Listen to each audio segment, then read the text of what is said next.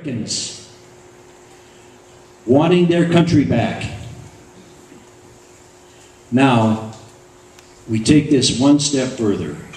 What in the world do we do about it? My good friend Thomas Jefferson put it simply this way. When you fear the government, there is tyranny. You've heard this before. And when the government fears you, there is liberty. What does tyranny mean? You know, we throw that word around a lot. If you study the Latin, it derives from the word tyrannus. And translated, that means simply this: illegitimate ruler. And we can do better than that. This does not take a revolution. It does not take tar and feathers. It takes nothing but a return to the basic tenets of the Constitution that we all have and know so well. Sam Adams had a neat phrase. He said, when you have your enemy in the wrong, keep him there. We have been wronged. And I encourage you all to take personal responsibility to own this. Adopt a few key issues that mean something to you collectively and individually. And then let your representatives, wherever they may be on the state or the national level, and tell them you're not going to put up with it. You will be heard. You will not be ignored.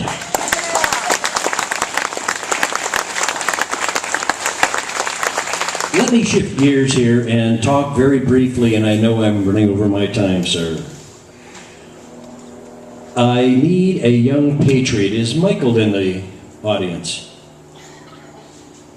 Michael, would you come back here with your dad, please?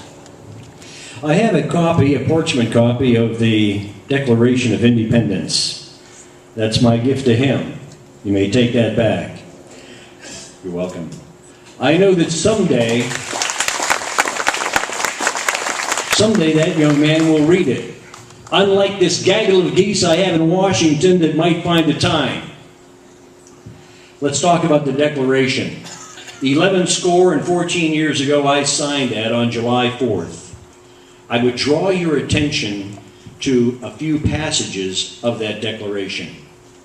We hold these truths to be self-evident, that all men are created equal, that they are endowed by their Creator with certain inalienable rights. Among those are life, liberty, and the pursuit of happiness. You've all heard that before, I would assume.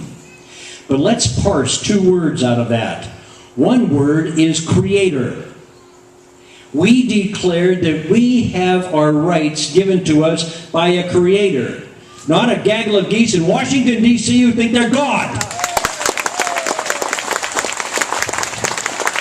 Secondly, there's another word. It's called unalienable. My friend Tom Jefferson, when he wrote that, he wrote the word inalienable, beginning with an I. And that means that no one can take your rights away. But in conference, in Independence Hall, that word was changed to unalienable, beginning with a U.